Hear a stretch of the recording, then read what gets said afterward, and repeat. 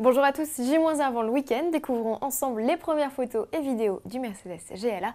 Au programme également la nouvelle génération de GPS TomTom et la S60 Polestar. Et pour conclure, un soupçon de Formule 1.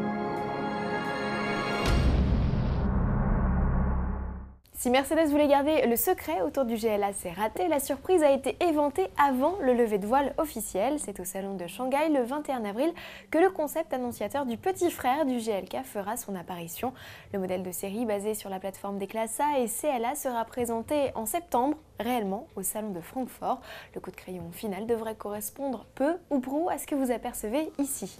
À bord, en revanche, la version de série devrait être moins extravagante.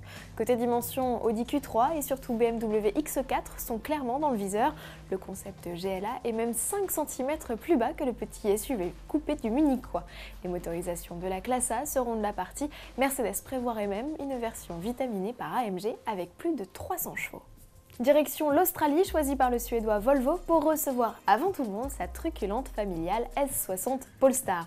Lorsqu'elle a été dévoilée en juin 2012, il s'agissait d'un exemplaire unique ou plutôt d'une commande spéciale à destination d'un richissime client américain prêt à débourser 240 000 € pour profiter de son 6 cylindres en ligne de 508 chevaux. Contre toute attente, Volvo s'est décidé à lancer une série limitée de labels bleus, mais la fiche technique de ses premiers exemplaires prévue au mois de juin est moins savoureuse, seulement 350 chevaux, soit 46 de plus que la T6 normale. Si l'accueil des Australiens est enthousiaste, Volvo pourrait commercialiser la Polestar sur le vieux continent, croisons les doigts. Parlons accessoires, à présent, TomTom a présenté une nouvelle génération de son système de navigation phare baptisé Go.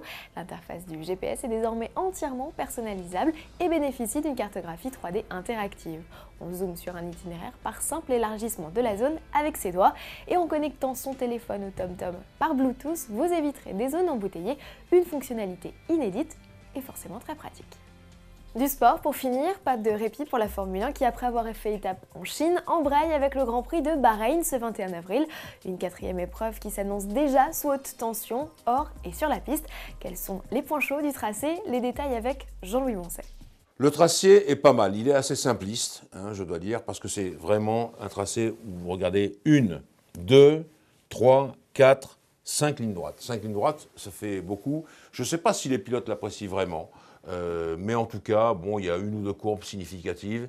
Je pense qu'il faut une voiture plutôt bien réglée sur les freins et sur le moteur, parce que c'est quand même un circuit d'accélération-freinage.